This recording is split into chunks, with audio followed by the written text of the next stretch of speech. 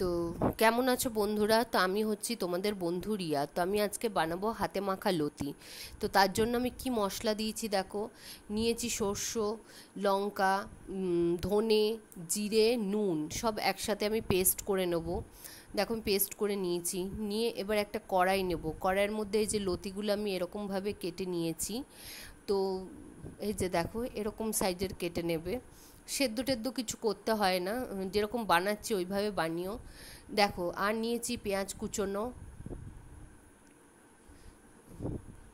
নিয়েছি আলু কুচিয়ে, নিয়েছি টমেটো কুচোনো, রসুনও এই যে রসুন কুচোনো, টমেটো কুচোনো সব একসাথে দিয়ে দিলাম।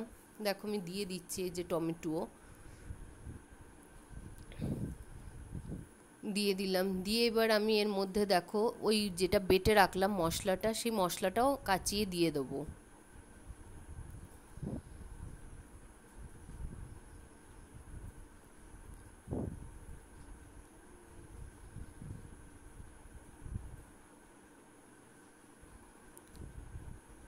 এটা খেতে খুব ভালো হয় বন্ধুরা। আন্দাজ মতো নুন দেবে, মানে আমি আমার আন্দাজে নুন দিলাম, তোমরা তোমাদের আন্দাজে নুন দেবে। হলুদ দিলাম, সর্ষের তেল দিলাম, এটাতে একটু সর্ষের তেলটা বেশি লাগে, খুব টেস্ট হয় খেতে। তো দিলাম, দিয়ে এবার আমি মশলাটা মাখিয়ে নিচ্ছি ভালো করে।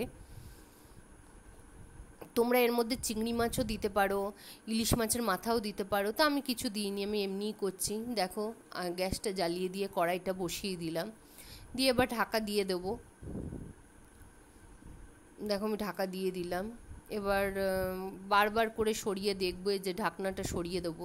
দিয়ে এই যে ফুটছে, এবার আস্তে ধীরে একটু নেড়ে দেবো, ভালো করে নেড়ে চেড়ে দেবো।